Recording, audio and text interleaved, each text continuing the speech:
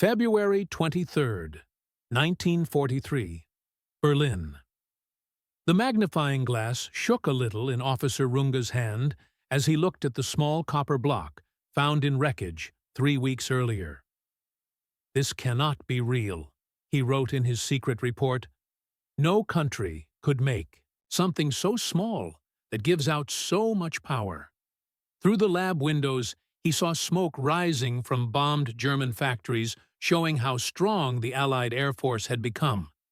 Yet on his table was proof that the technology gap was even worse than. German leaders feared the tiny device taken from a crashed British Stirling bomber near Rotterdam on February 2nd was only about 10 centimeters wide. The British called it a cavity magnetron. It made microwave radar waves that made all German defenses useless. It was simple, powerful, and far beyond what German science could do. What Runge and his team did not yet know was that this small block of copper explained why Grand Admiral Karl Donitz was losing 40 submarines every month. This terrible loss of ships and men could make Germany lose the Battle of the Atlantic within weeks. The truth of German defeat was not in battle plans, but in invisible radio waves. Their radar could not detect. The change had already begun. On that cold February morning in Rotterdam, Dutch resistance members saw German soldiers block off the crash area fast. The Stirling bomber number R9264 from 7 Squadron RAF had been coming back from its second mission when German guns tore through. Its left wing, all 7 crew members died at once, but their loss would become a huge gain for the Allies. The plane carried Britain's newest secret weapon, the H-2S radar system made to help bombers find targets through clouds and dark skies. At the center of it was the cavity magnetron, a machine so new that even Winston Churchill had worried about using it. Fearing exactly what had now happened, the bomber had joined a raid on Cologne just after the radar's first battle use over Hamburg. 3 days before, on January 30th, 1943, General Wolfgang Martini, chief of Luftwaffe Signals Intelligence and one of Germany's top radar experts, heard about the crash within hours. As the man in charge of all German radar and communication systems, he knew right away that the wreck near Rotterdam might hold answers to the questions that had been troubling German leaders for months. Because of his position, Martini was the best person to understand whatever new device the British plane carried. He quickly sent his best technical team to the site. When they arrived, their first look confirmed both his biggest fears and hopes. The bottom of the bomber held machines unlike anything they had ever seen. There was a spinning antenna, a screen that showed radar images, and a complex power system. Everything pointed to a type of radar so advanced that German engineers had only talked about it in theory and had said it was too hard to use in real missions. But when his men carefully pulled the main transmitter from the wreck, they found something that shocked every scientist in Germany. The magnetron, marked British model CV-64, was a solid copper tube about 8 centimeters wide and 12 long. It had 8 round holes cut into it in a perfect pattern around a middle rod, and it was wrapped by strong magnets. It looked simple, but tests showed it could make powerful microwaves at levels that German machines could not match or even sense. Martini ordered that the part be sent to Berlin under heavy guard. He already knew this could be the reason German submarines were being destroyed so quickly. The British had done what German science had said could never be done. They had built a small but strong microwave radar that could fit inside planes and ships and could see things Germany had no way to hide or fight against. The road from confusion to understanding had really started months earlier out on the cold gray sea of the North Atlantic. During late 1942 and early 1943, German U-boat captains began sending reports that scared their commanders. They said Allied planes could now find them at night, as if they had magic powers. Captain Lieutenant Hans Joachim Schwantke, who led U-43, sent one such report. In December 1942, his submarine was crossing the Bay of Biscay on a dark night, running on the surface to charge its batteries, when bright searchlights suddenly lit the sea from above. There had been no warning from the metox radar detector, no engine, sounds nothing to show that a plane was coming. Then depth charges exploded all around the boat, badly damaging it and forcing Schwantke to rush back to port for repairs. In his diary he wrote, "We were blind." The metox gave no alarm. The aircraft came. Out of the dark itself. Only luck saved us. We heard the bombs falling and dove just in time. Our detector should have warned us minutes earlier, but it gave nothing. Either the British have made radar we cannot sense, or they are using some other kind of secret tool. Now we are hunted by enemies we cannot see until they strike. Soon many other U-boat reports reached headquarters in Paris. Boats were being attacked on the surface at night.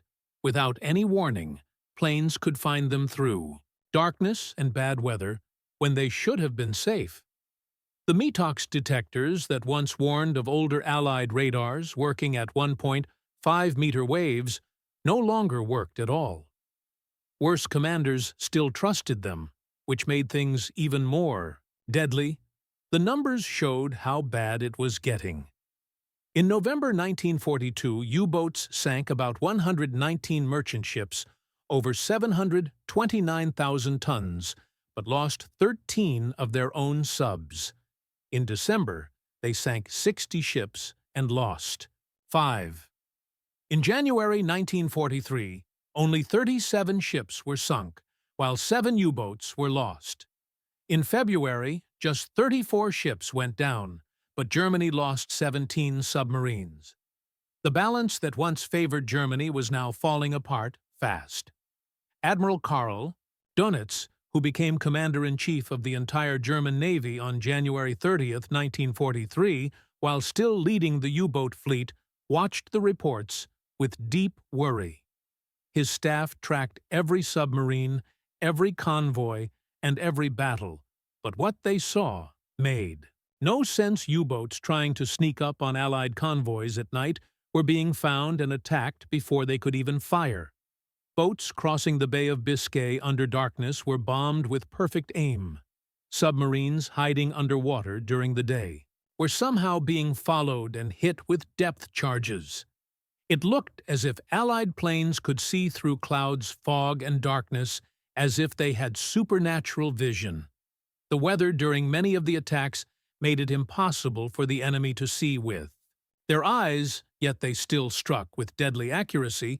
Corvette Captain Gert Hessler Donitz's son-in-law, who had married his daughter Ursula in 1937, worked as a senior officer at U-boat headquarters. He spent weeks studying combat reports, trying to find out why they were losing so many subs. The pattern was clear, but the reason was not. The Allies had suddenly become far better at finding U-boats between late 1942 and early 1943.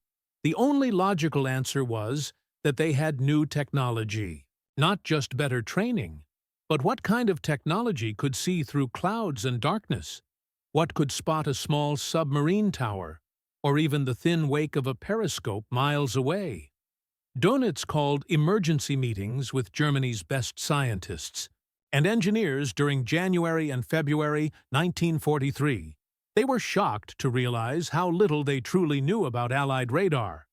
German experts were sure that no radar could work well at wavelengths shorter than about 50 centimeters because the power tubes they used could not produce enough energy at such high frequencies. They said it was physically impossible.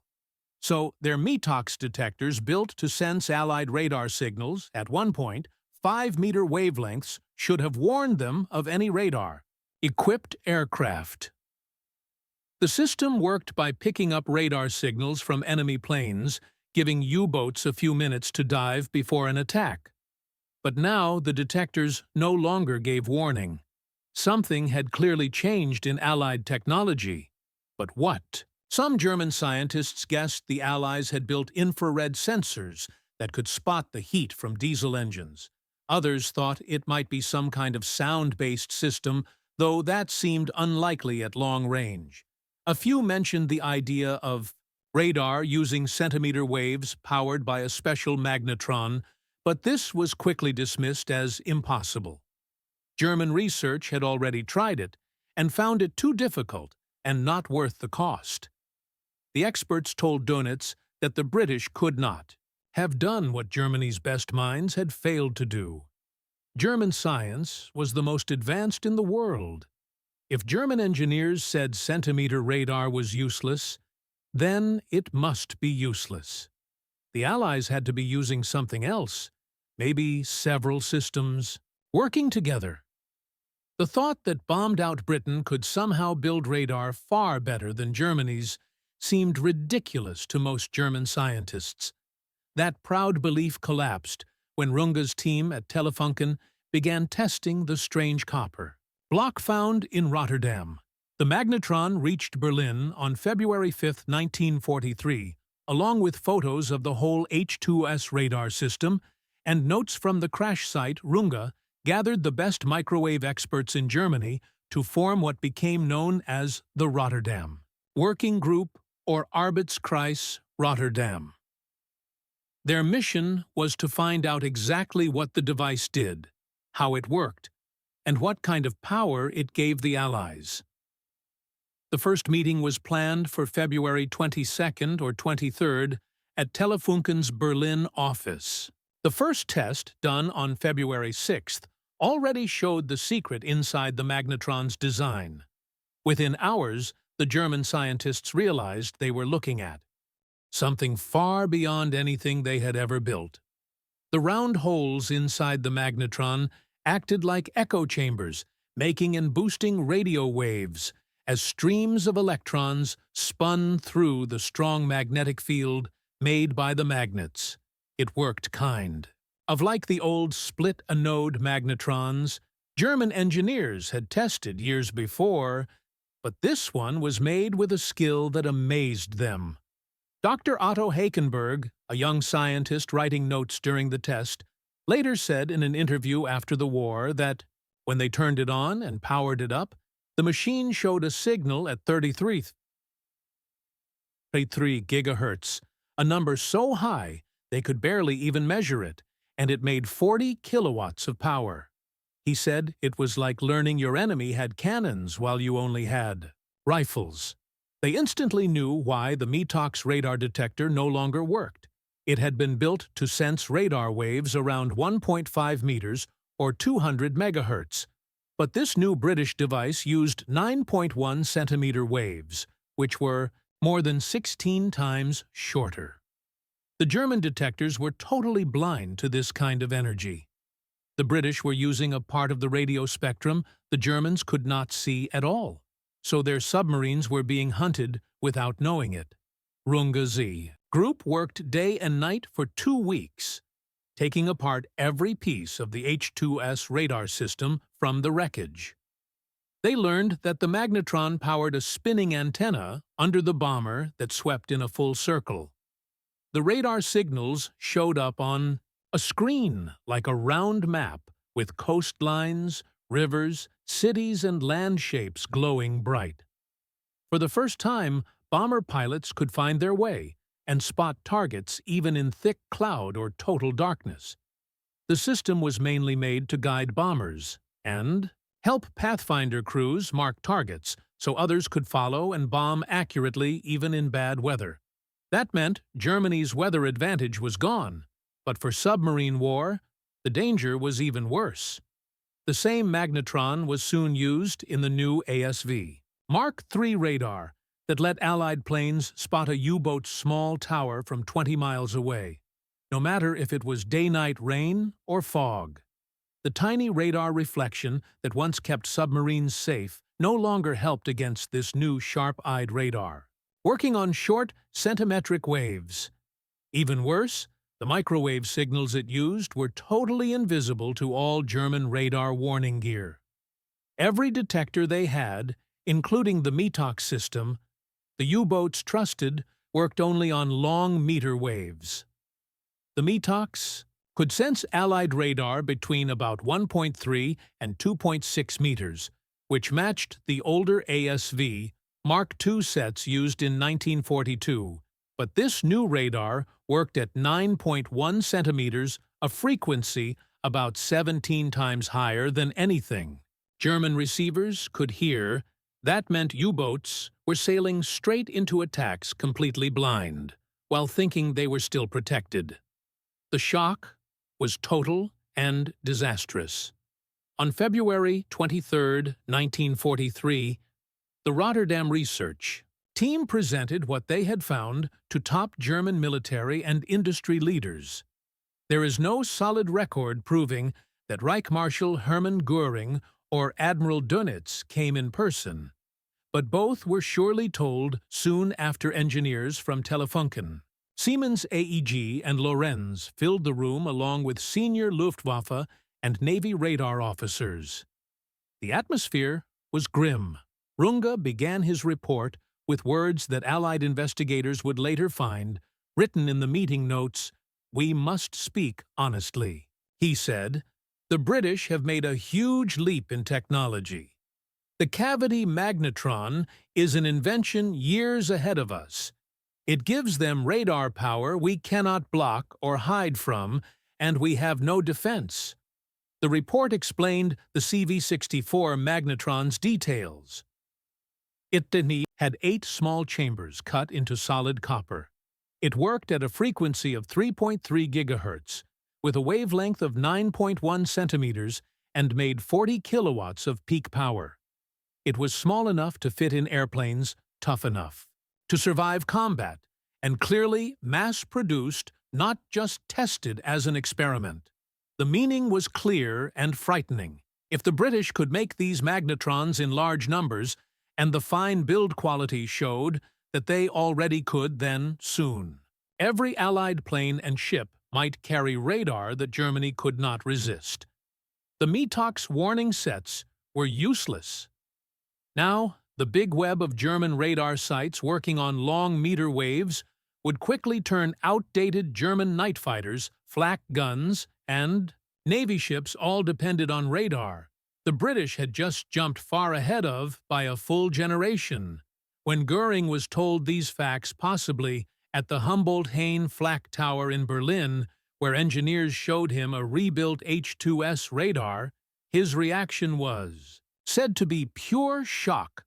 The Reich Marshal, who had once sworn that no enemy bomber would ever reach German skies, now faced clear proof that British aircraft could bomb any target in any weather using tools Germany did not have. Donitz, when told by his own staff, saw the danger better than anyone. His U-boat arm had lost 39 submarines in the first 2 months of 1943, 17 in January, and 17 more in February, though counting those lost in December made the total 39 gone in 3 months. If that rate kept up, the whole U-boat war would soon collapse. Kapitan zur See Eberhard Gott, who was Donitz's operations chief, and soon promoted to Konteradmiral in March, kept careful figures on every patrol and loss. His charts showed disaster. By early 1943, the Navy was losing submarines faster than new ones could be built, even though the yards turned out 20 to 24 each month. Worse, the skilled crews were dying faster than they could be trained. The meeting members wrote grim reports, later found by the Allies. They agreed first that Germany could not copy or mass-produce the British cavity magnetron before 1944, at the very earliest. The fine metalwork needed to cut the magnetron's small resonant cavities, the special copper alloys, the strong magnets made with cobalt that Germany did not have enough of, and the rare skill to shape them were all far beyond what German factories could do right away. Even an emergency program would take months before a single production line could start. Second, to make any countermeasure at all would take at least 6 months. New radar warning sets tuned to centimetric waves might be designed, but building and fitting them on every U-boat would stretch well into 1944. The hard task of making receivers that could sense 3.3 gigahertz signals was huge, since German labs had almost no real practice with microwave science. Third, and worst of all, the British almost surely had newer types beyond the one found in Rotterdam. The captured magnetron worked at 9.1 centimeters, but Allied labs likely already had 3-centimeter models that would beat any German counter system before it could ever be built. The technology race was not only lost, it could not be won within the war's short time left, given the British head start and their bigger industry. Donitz listened to the reports and saw how bad it was. His U-boat command, which had moved to Paris in March 1942 after the Saint-Nazaire raid made the old base unsafe, kept full charts of every battle and loss. The wall maps showed what the numbers meant. The red pins for U-boat patrols were growing, thin across the Atlantic. The blue pins for Allied convoys moved freely, where wolf packs once struck. The black pins for lost submarines crowded the Bay of Biscay and patrol zones under Allied air cover. "We have been fighting," blind Donitz told his senior men after hearing about the Rotterdam find. "Every strength we thought we had is gone. The enemy can now see us perfectly. Even in total night, the vast open Atlantic offered no hiding place when radar could spot a submarine's small conning tower from 20 miles away. Our radar warning systems gave us false confidence, making crews believe they were protected, while in reality offering no real defense against this new deadly threat." The question facing Donitz was grim and clear. What could be done? While German industry raced to develop countermeasures that might not be ready until 1944, Hessler suggested several changes in tactics. All U-boat commanders would be warned that their radar detectors were unreliable and should not be trusted to give sufficient warning of air attacks. Boats were ordered to stay submerged whenever possible, surfacing only when absolutely necessary to recharge batteries or travel faster. Anti-aircraft guns on all submarines would be increased, though this was mostly a desperate attempt against planes that could see the U-boats long before the boats could spot them. Most importantly, Donitz and his staff started planning for the possibility that the U-boat war in the Atlantic could become impossible to sustain. If losses kept rising, while Allied shipyards kept producing more ships, the strategic math would turn against Germany, and they would lose the tonnage war, unable to sink merchant ships faster than the Allies could replace them. March 1943 proved both the high point and the start of the decline for Donitz's U-boat fleet. The biggest convoy battles of the war happened that month, with huge wolf packs of 30 to 40 submarines trying to crush convoy defenses with sheer numbers. For a short moment, it seemed this strategy might still work, despite the Allies' growing technological edge. Convoys HX-2229 and SC-122 moving together in the north. Atlantic in mid-March were attacked by around 40 U-boats from 3 separate wolf packs. The battle lasted from March 16th to 20th, 1943. 21 merchant ships totaling 141,000 tons were sunk, the largest losses from a single convoy battle in the entire war. British Admiralty wrote an internal report saying Germany had never been closer to cutting off Britain's Atlantic supply lines, but the cost to Germany was too high. The U-boats lost in this attack included U-384 for certain, with several others badly damaged. Looking at the whole month, March statistics showed that 12 to 15 U-boats were lost, making the situation even more dire for the German submarine campaign. Depending on how losses were counted, many of them happened outside the big convoy battles. The math was unavoidable. Even when the U-boats managed to sink merchant ships, the overall strategic situation kept getting worse. Allied shipyards, especially. The fast-growing American program were building merchant ships faster than the U-boats could destroy them. The Liberty ship program had cut construction time from over 200 days in 1941 to an average of 42 days by 1944. While special ships, like the SS Robert E. Peary, were built in record time, 4 days, 15 hours, and 29 minutes in November 1942, these were mostly propaganda stunts, not normal production speeds. Still American, yards were launching about 3 Liberty ships every 2 days at peak production, almost 1.5 ships daily. German U-boats sinking 3,000 to 5,000 tons per boat before being destroyed simply could not keep up. As long as Allied shipyards could replace ships faster than the U-boats could sink them, the campaign was already a strategic defeat disguised as tactical wins. The only way Germany could have won the tonnage war would be to keep a trade ratio no one could sustain while avoiding losses they could not replace. The real disaster came in May 1943, a month U-boat crews would later call Black May. During the entire month, Allied planes and escort ships with centimetric ASV Mark III radars and Type 271 ship radar struck the U-boat fleet with unmatched effectiveness. The convoy fight for ONS-5 in late April and early May showed the turning point. This slow convoy of 43 merchant ships, protected by 16 escorts, was attacked. By about 30 U-boats, the Germans sank 12 to 13 merchant ships, but lost 6 to 7 U-boats and had another 5 to 7 badly damaged. For the first time in a major convoy fight, the U-boats lost almost as much as they sank. The exchange ratio had become impossible to sustain. 2 weeks later, convoy SC-130 showed total Allied control of 37 to 38 merchant ships. In the convoy, not a single one was lost, even though 25 to 33 U-boats from 3 patrol lines attacked the Germans, lost 3 to 5 U-boats, including U-954.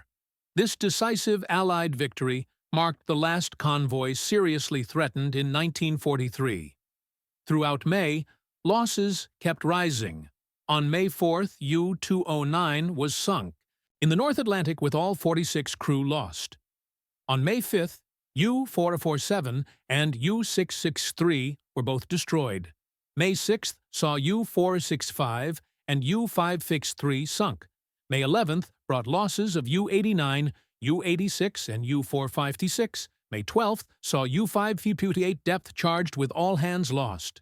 May 15th brought the destruction of U-176. May 19th saw the loss of U-273 and U-954. The sinking of U-954 on May 19th. 1943 carried personal weight for Admiral Donitz. The Type 7C U-boat, commanded by Captain Lieutenant Odo Lowe, had aboard Lieutenant Zuri Peter Donitz, the Admiral's youngest son, serving as watch officer. The boat was attacking convoy SC-130 when it was spotted by the River-class frigate HMS Jed and the B-class sloop HMS Sennen. The British ships attacked using Hedgehog anti-submarine mortars and depth charges. The Hedgehog weapon, introduced in 1942, was a major improvement over ordinary depth charges. Instead of exploding at a set depth whether or not it hit, Hedgehog projectiles only detonated on contact. This meant every explosion confirmed a hit rather than just stirring the water and making sonar tracking harder. U-954 was destroyed, with all 47 crew killed at coordinates 54.54 north, 34.19 west. The loss was reported to Donitz by secure telegraph. U-954 sunk by British escorts. HMS Jed and Sennen. Hedgehog weapons hit directly. No survivors. your son is gone. Donitz did not stop operations or take leave. There would be time to grieve after the war if Germany survived. For now, his duty was to the roughly 40,000 submariners under his command, the living who still relied on his choices.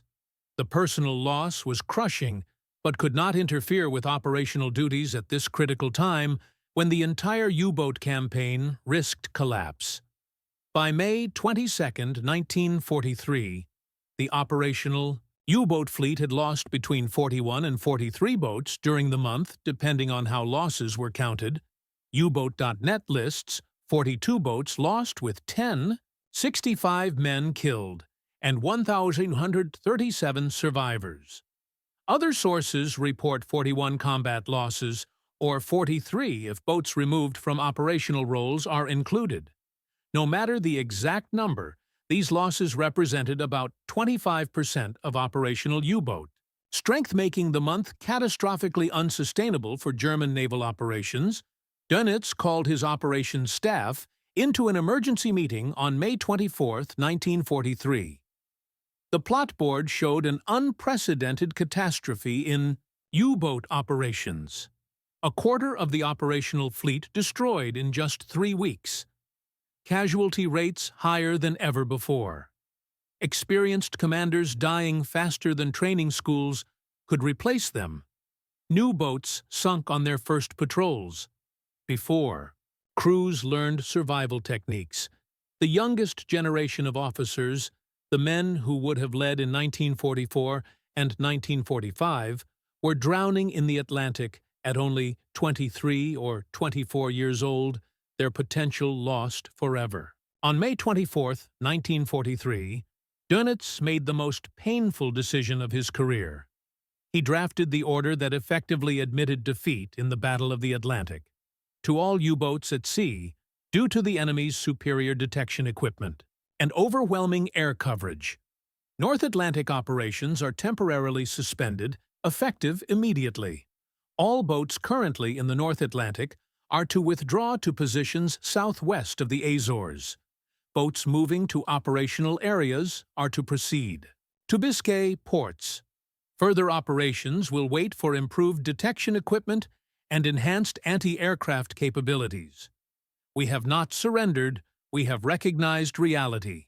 The immediate effect was dramatic. In June 1943, only 17 merchant ships were sunk in the Atlantic. In July, only 9. The Allied supply line that had seemed on the verge of being cut in March became secure. The huge convoys that would support D-Day and the liberation of Europe began gathering in American ports, protected by technology that had made Germany's most effective weapon useless. But the human cost for the U-boat force continued for the rest of the war. Of about 40,000 men who served in U-boats during the war, roughly 30,000 would die, a 75% casualty rate, the highest of any military service on either side. They drowned in steel cylinders, crushed by depth charges. They suffocated when air systems failed during long depth charge attacks. They burned when diesel fuel ignited from combat damage. They froze in the North Atlantic, or overheated in tropical waters when boats had to stay submerged for long periods. They died knowing their equipment was inferior, their missions increasingly pointless, their sacrifice changing nothing in the war's overall strategy. Yet they kept fighting because duty demanded it, and because giving up would free Allied air and naval forces for other theaters, speeding defeat everywhere. Interrogation reports from captured crews during the summer and fall of 1943 revealed the deep psychological impact of technological inferiority. Allied intelligence officers at first were confused by the defeatism among prisoners who had been fanatical believers. In German victory, only months earlier, they gradually realized they were seeing something unique. These men had not lost in normal battle. They had been made obsolete by science, hunted by technology. They could neither see nor fight against Captain. Lieutenant Vera Henker, commanding U-515, achieved significant success during his command sinking multiple merchant ships and earning the Knight's Cross. However, his boat was sunk on April 9, 1944, by U.S. Task Group 22-3, consisting of the escort carrier USS Guadalcanal and destroyer escorts. About 40 crew members were captured, including Henker, during interrogation at Fort Hunt, Virginia, officially designated P.O. Box 1142. Henker gave detailed testimony that remained classified. Until 1985, the interrogation transcripts declassified decades later show the deep demoralization caused by Allied radar and give valuable insight into German understanding of their technological disadvantage.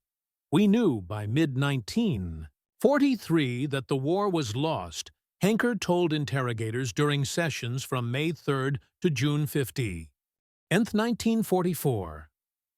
Not because German soldiers lacked courage or skill, but because Allied technology was systematically destroying every advantage we once had.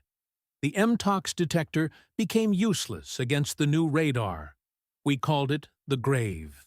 Bell among crews, because when it failed to warn of approaching aircraft, it rang only for our funerals.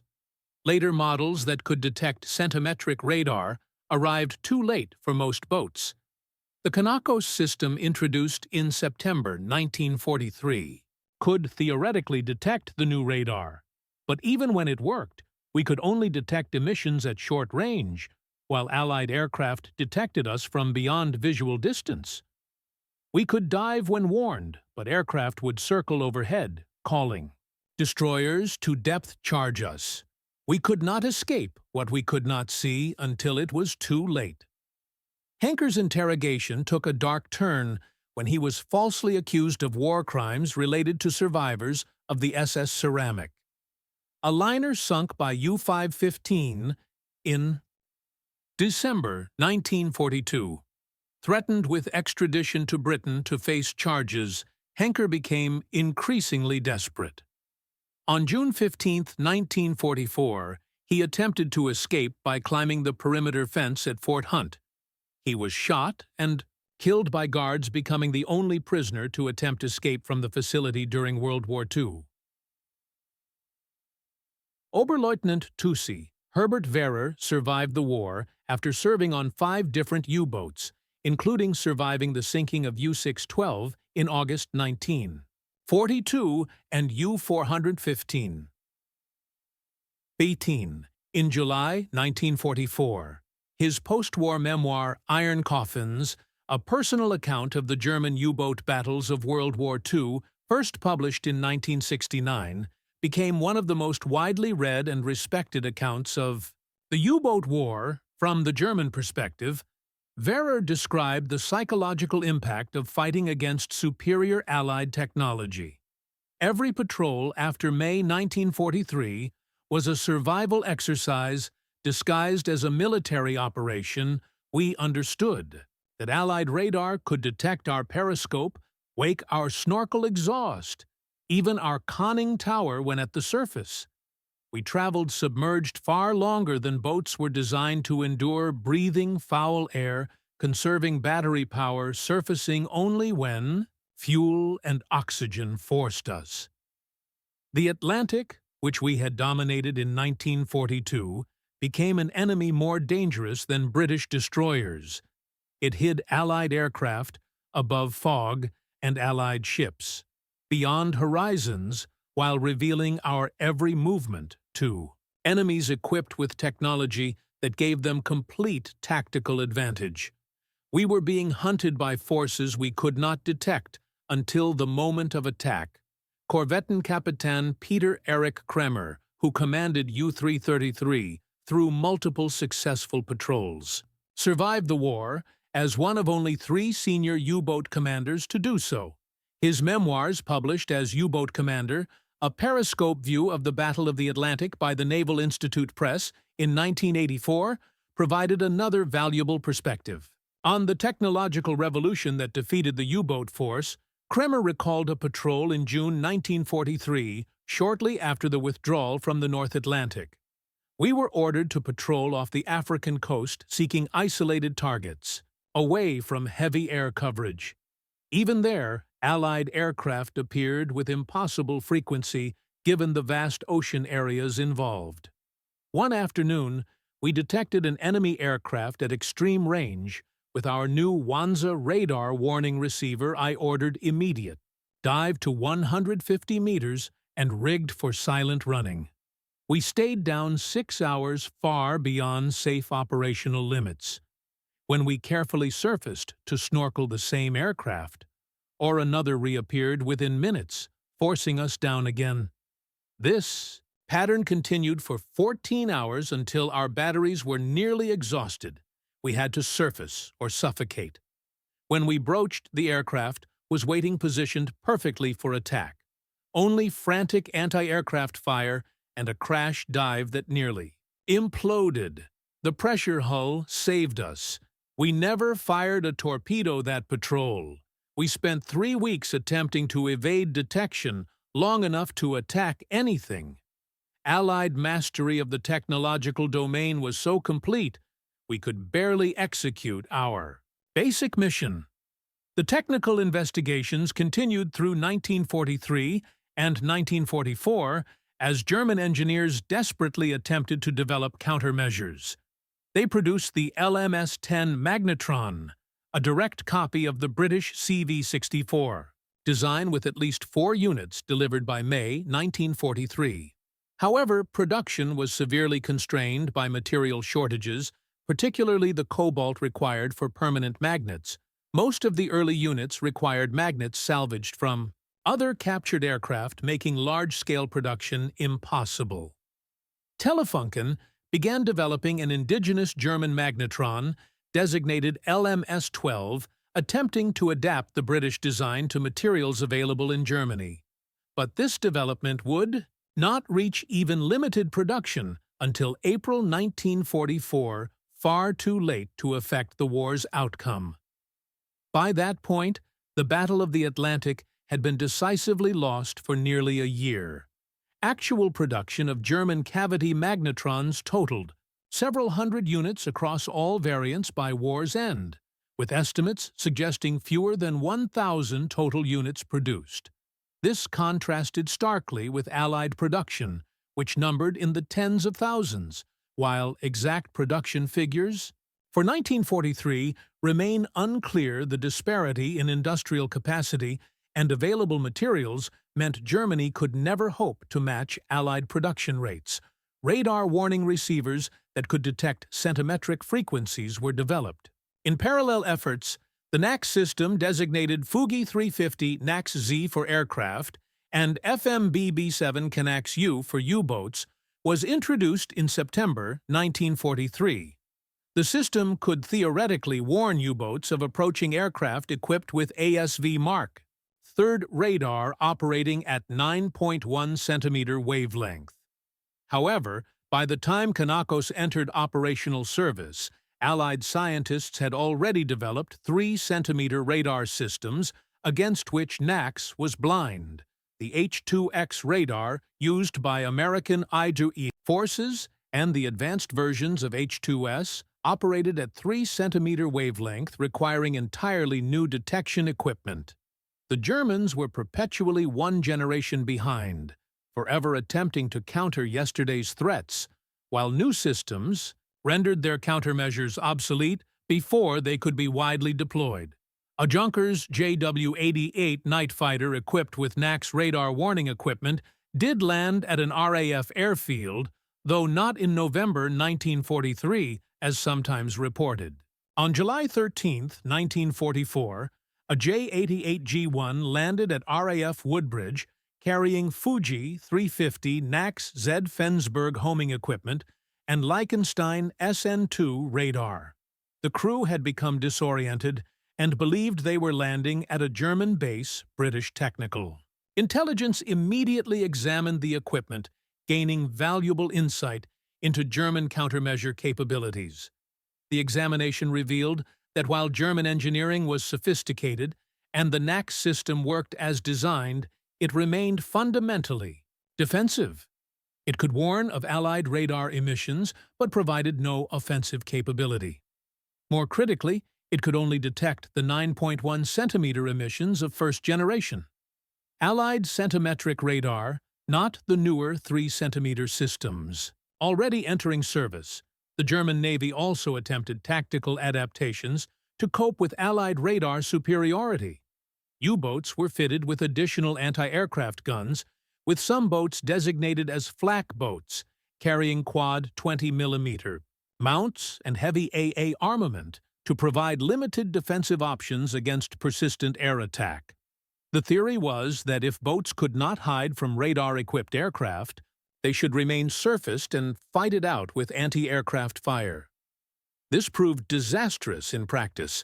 Allied aircraft could detect U-boats from ranges far exceeding effective anti-aircraft fire. Aircraft could approach from any direction, often attacking from the sun or cloud cover, giving the U-boat crew only seconds to man and engage.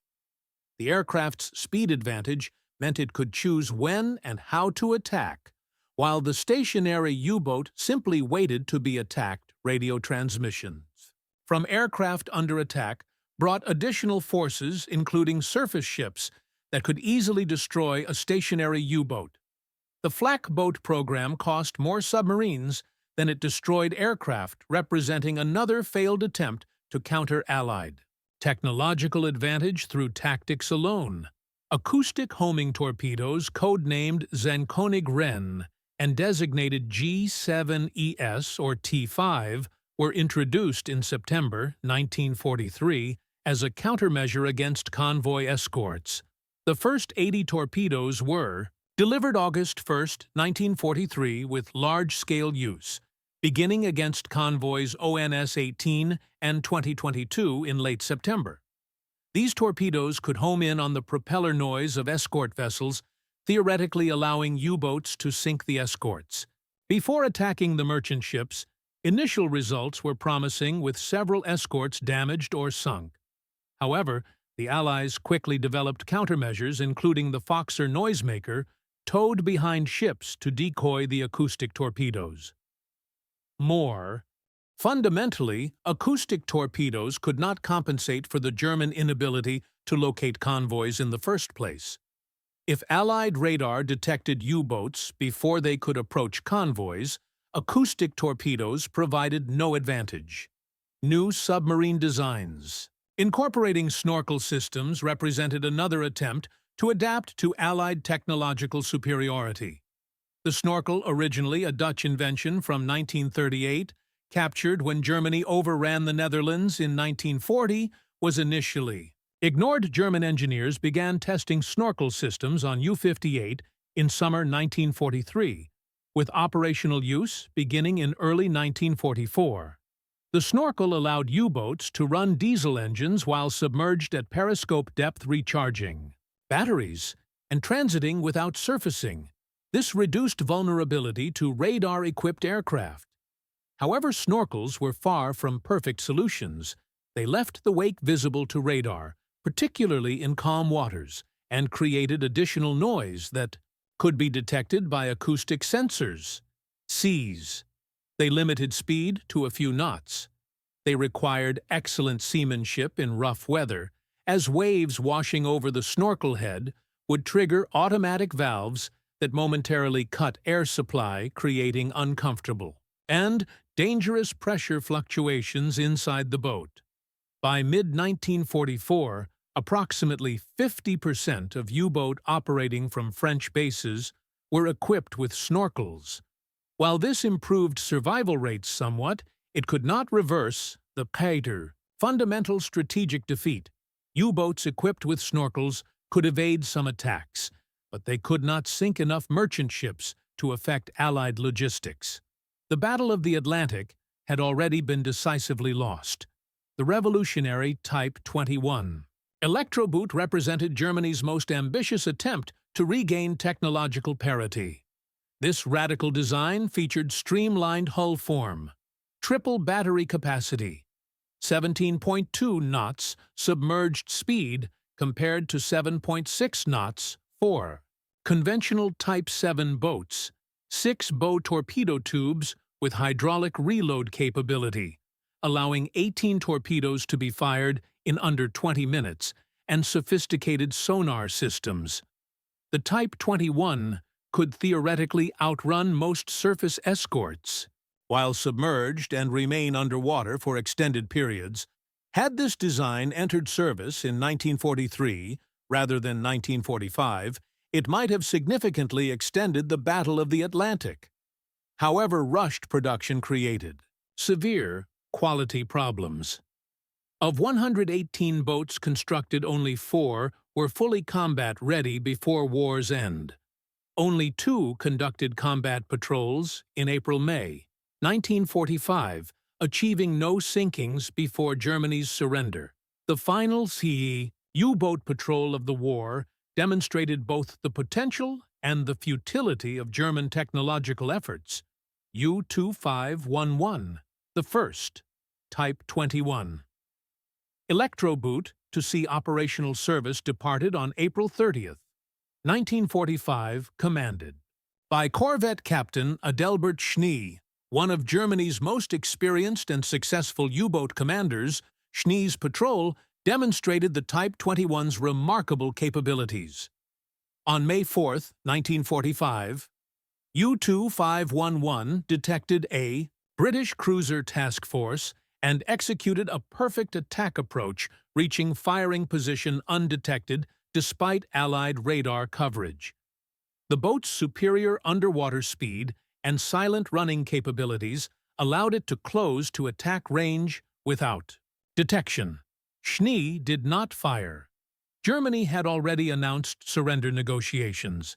He surfaced and radioed his position on May 5, 1945, ending the U-boat war not with violence, but with acceptance of defeat. In his post-war memoir, Schnee reflected on the bitter irony and frustration of a war where technological brilliance could arrive too late to change destiny. We proved that day what the Type 21 could have achieved had it entered service a year earlier. But such demonstrations were meaningless. The Allies had already won through industrial capacity and technological innovation deployed in 1942 and 1943. Our most advanced technology arrived when the war was already lost. Yeah, indeed. Statistical summary of the Battle of the Atlantic confirms the decisive impact of the cavity magnetron's introduction in early 1943 from January through May 1943, during the period when first-generation ASV Mark's third radar was being deployed, but before full operational coverage was achieved, U-boats sank 245 merchant ships, totaling approximately 289,000 tons. German losses during this period were 95 U-boats, including the catastrophic 41 to 43 boats lost in May alone. From June 1943 through May 1944, after centimetric radar equipped, most Allied aircraft and ships operating in the Atlantic merchant ship losses dropped to 185 ships, totaling approximately 819,000 tons. Despite more U-boats being at sea, German losses during this period climbed to 237 U-boats. The exchange rate had reversed completely. In March 1943, at the peak of U-boat effectiveness, Germany sank 82 merchant ships, totaling 476,000 tons in the Atlantic, 120 ships worldwide, totaling 693,000 tons, while losing 12 U-boats. By summer 1943, after centimetric radar deployment became widespread, typical months saw fewer than 20 merchant ships sunk, while U-boat losses remained in double digits. The tonnage war had become unwinnable.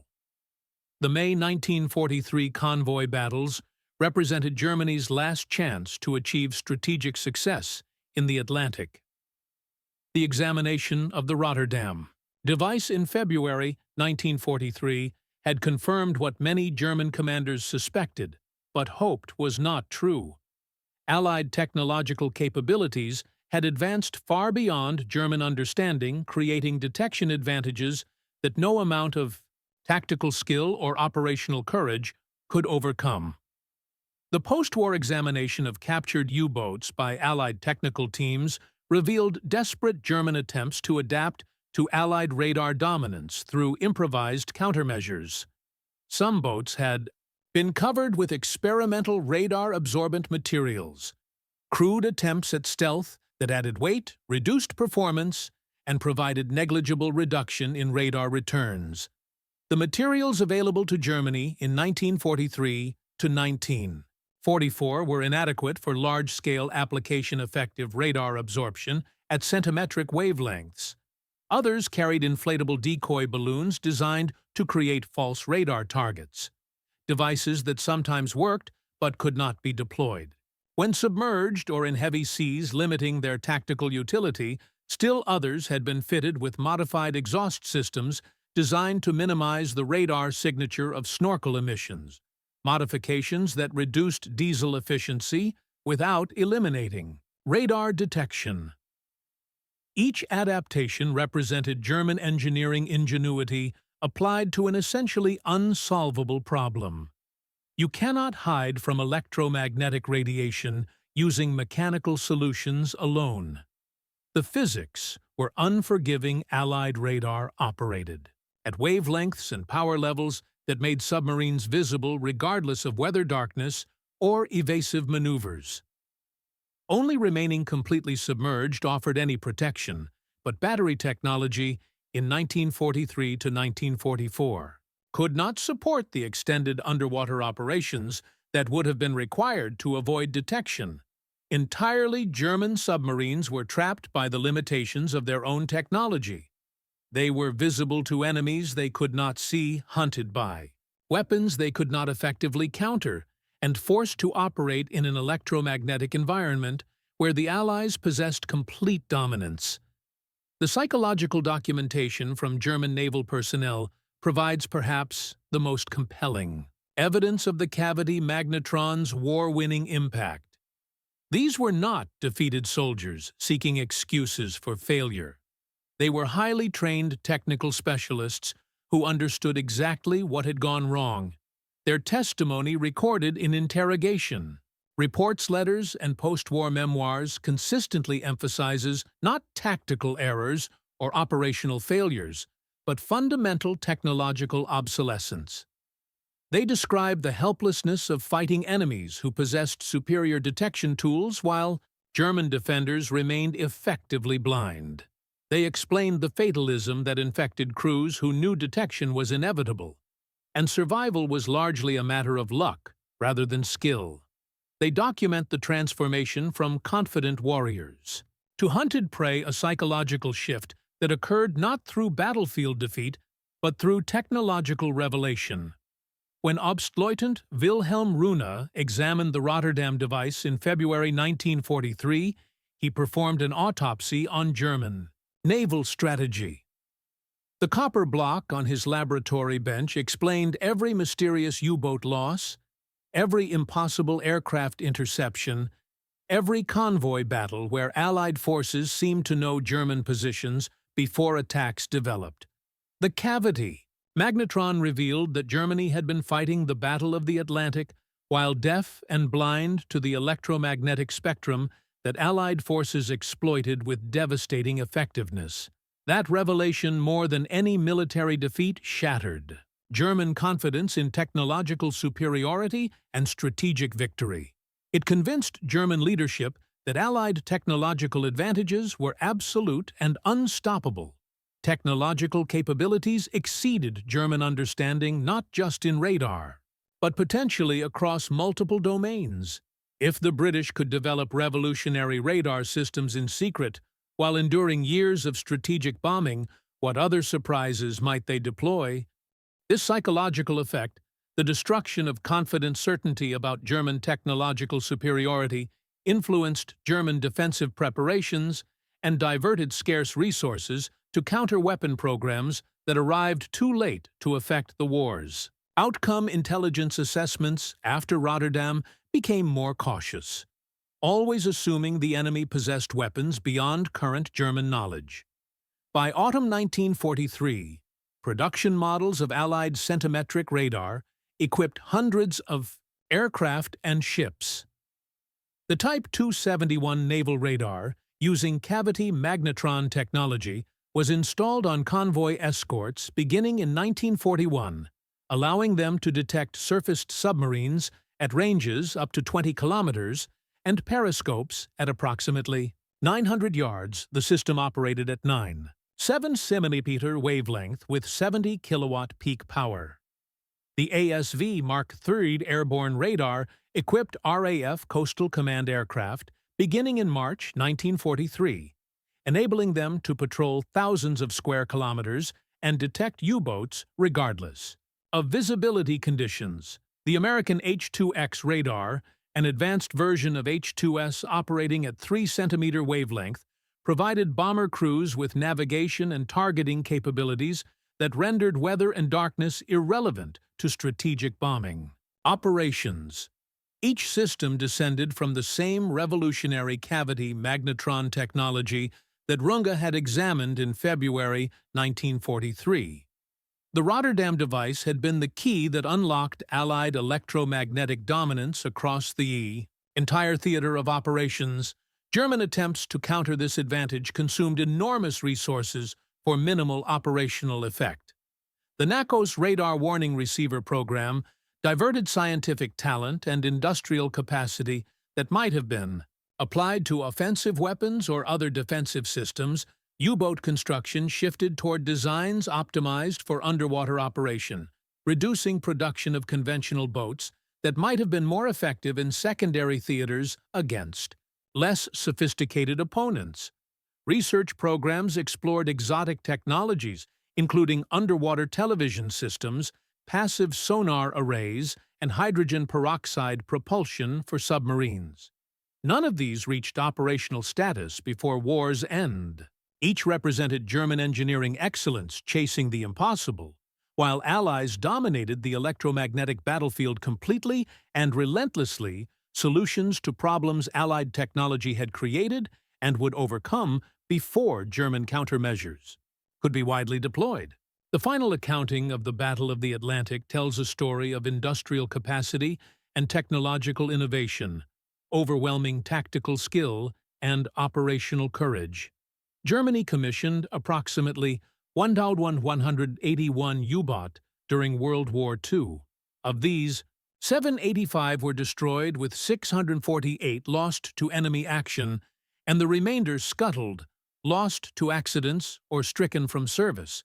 Only 156 survived to surrender in May 1945.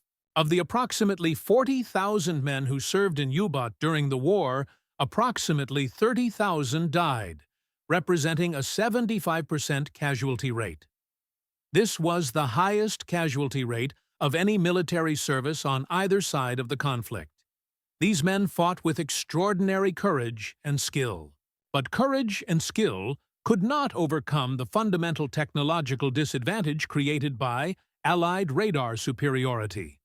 The cavity magnetron, invented at Birmingham University in 1939 to 1940 and developed by GEC for practical military applications, represented one of the most significant technological breakthroughs of World War II. Its impact extended far beyond the immediate military applications. The microwave technology developed for military radar became the foundation for post-war communication systems, television broadcasting, satellite communications, and eventually the microwave ovens found in kitchens worldwide. The industrial expertise developed for magnetron production enabled the electronics revolution of the 1950s and 1960s. The Anglo-American technological cooperation, exemplified by the Tizard mission's sharing of magnetron technology in 1940, established patterns of scientific collaboration that continued through the Cold War and beyond. The decision to deploy revolutionary technology despite capture risks influenced military technology policy for decades. The cavity magnetron demonstrated that operational advantage from advanced technology outweighed the risks of enemy exploitation, provided that industrial capacity could produce the technology in quantities the enemy could not match. This principle guided Western military development through the jet age, the nuclear era, and into the information age.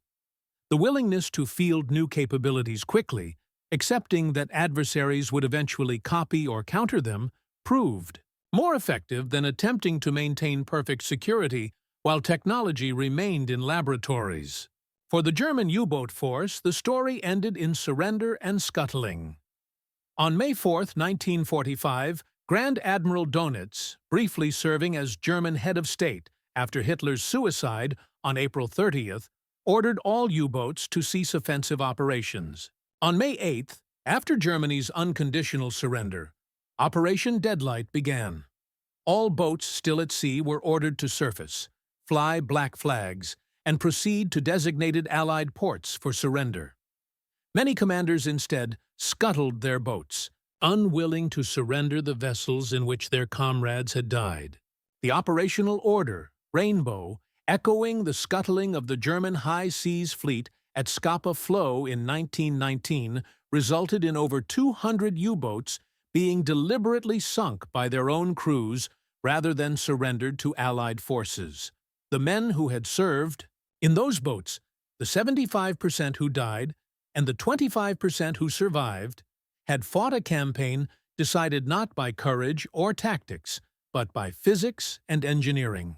They had been defeated by electromagnetic radiation generated by a block of copper machined in British factories, installed in Allied aircraft and ships, deployed in quantities German industry could never match given the material shortages, Allied bombing, and industrial capacity limitations facing the Third Reich. The examination of one captured radar set in February 1943 had explained their doom, revealing the electromagnetic dimension of warfare in which Germany had been fighting blind, while the Allies possessed clear vision. The statistical evidence and the technological analysis both pointed to the same conclusion. The cavity magnetron had turned the tide of the Battle of the Atlantic more decisively than any tactical innovation or strategic decision. When Allied scientists